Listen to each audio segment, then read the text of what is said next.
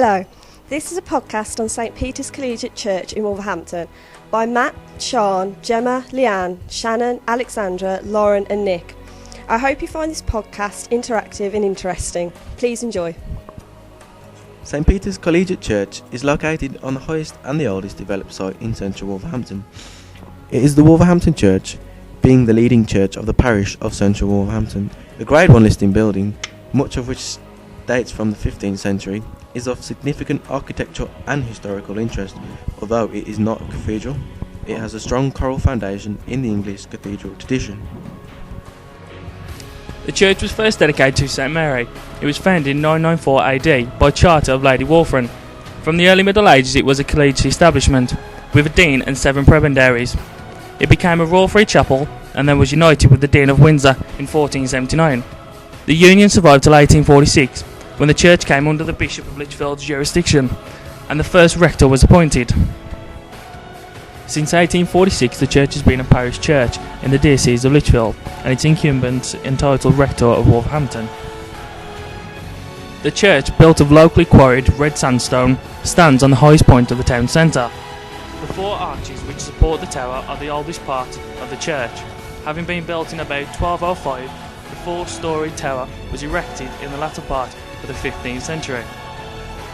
Continuing with the architecture, much of the church was rebuilt and extended in the 14th century in the decorated style. However, the church was to be substantially altered in the middle of the 15th century at the expense of the town's wool merchants, with the addition of a clerestory to the nave and reduction in height of the north and south aisles. The upper part of the tower was rebuilt around 1475 to a height of 120 feet, and the chapel of St Catherine and St Nicholas was completed at the end of the 15th century.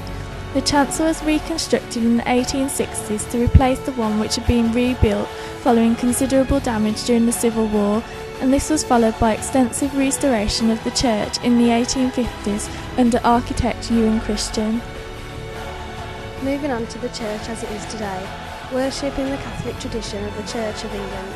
Vestments reservation and the Sacrament of Reconciliation are all part of its tradition, with incense used at festival services.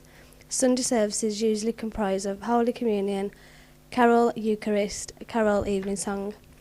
St Peter is open on weekdays and Saturdays, and before and after services on Sundays. The church has links with St Peter's School, which although originally founded adjacent to the church in 1847, is now located at Crompton Park, along with St Edmund's Catholic School and part of the University of Wolverhampton.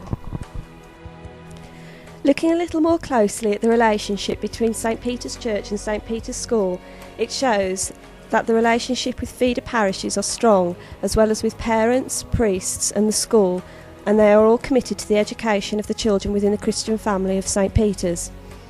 They have a programme of daily worship, a pleasant and well-used school chapel, and a carefully designed programme of both religious and personal, social and health education, including citizenship. All students in years 10 and 11 follow a GCSE short course in religious studies. St Peter's is very proud of its close association with St Peter's Collegiate Church in Wolverhampton. It is very much their spiritual home and is highlighted by the attendance for the whole school worship every term. They have their own school chaplain, and many colleagues are closely involved with the Christian life of their various parishes or other Christian denominations. The cultural background of students in St Peter's reflects the diversity within the city's rich cultural heritage and our commitment to a knowledge and understanding of other faith communities. This also reflects the value which we attach to each of the St Peter's students, not all of whom are from a Church of England family or a Christian background. Moving on now into the inside of the church and some of its content. The initial feature your eyes are drawn to is the pulpit. The stone pulpit is perhaps the outstanding feature of the church and is unique in England in having the ancient stone staircase around one of the south pillars of the nave in a state of complete preservation.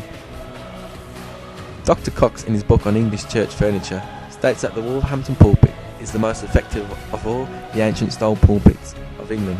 The quaint lion seated on the balustrade of its stair is a notable feature. The coat of arms of the ancient family of Swinnerton is on the north side of the pulpit. The cost of its erection was no doubt provided by a member of this family. The font was carved in 1480. Two of its panels recall the church's union with Windsor. One shows St Anthony and the other shows King Edward V. The medieval south porch was added to in 1932 with a fine wooden screen in memory of St Charles Mandel. The Lady Chapel. Historically, this chapel is dedicated to the Blessed Virgin Mary. The stonework of the east window is early 14th century. The stained glass was given in 1919 as a memorial to those who died in the First World War. The bronze statue is to the memory of Sir Richard Levison, who was part of the small English fleet in this attack on the Spanish Armada in 1558. The Jacobin altar is probably the one consecrated at the time of Archbishop Laud's visit to Wolverhampton in 1635. The Tower. This is the site of the ancient Jesus altar, a prominent feature of most collegiate churches in the Middle Ages. The tower arches above are the oldest part of the present building. If you then turn around to your left, the memorial chapel is in front of you. Once known as the Chapel of St Catherine and St Nicholas, it was restored in 1948 in memory of those who lost their lives in the Second World War. The large monument on the north wall is to the memory of Colonel John Lane, who helped King Charles II escape after his defeat by Cromwell at the Battle of Worcester in 1651. If you continue into the centre of the church, you will find the nave, which is very spacious with fine double clerestory windows near the roof. The ceiling was restored and painted in 1970. Continuing back to the main entrance and up the stairs, you will find the gallery, which was built in 1610 by the Worshipful Company of Merchant Tailors for the use of the Boys' Free School, now Wolverhampton Grammar School. Formerly there were galleries on all sides of the nave. As we're close to the entrance, let's now go outside and take a look at some of the outdoor features. Don't forget to wrap up warm now, as it's chilly outside. Oh, it's cold. Bet you're glad you bought your coat now. The Stone of Contract is an interesting and unique piece of heritage history. The stone, as shown, was originally used to bind and finalise business agreements around the church's early days in the 15th century. Each member of the company would link and shake hands in the company of God. That would then be, in those days, a legal agreement which had to be maintained. In St Peter's Gardens surrounding the church is a cross shaft that is thought to date back to the 9th century AD and is all that remains of the Anglo-Saxon monastery. As you can see on the picture presented, there are still some of the remaining carvings that once covered the upper part of the shaft. However, the head of the cross has now disappeared. Surrounding the gate protecting the shaft are some of the pictures in greater detail that are carved into the stone.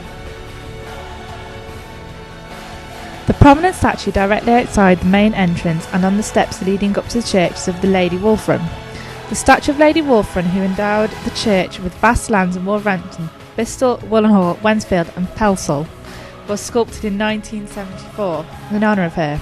Around the back of St Peter's Church are the remaining graves where the Wolverhampton family still to this day are buried. This brings us to the end of our podcast for St Peter's Church. We hope you found it both interesting and educational, and that it has also broadened your knowledge of this heritage site. We also hope that on seeing our podcast, you may even be encouraged to go and visit St Peter's Church and see the wonderful site for yourself.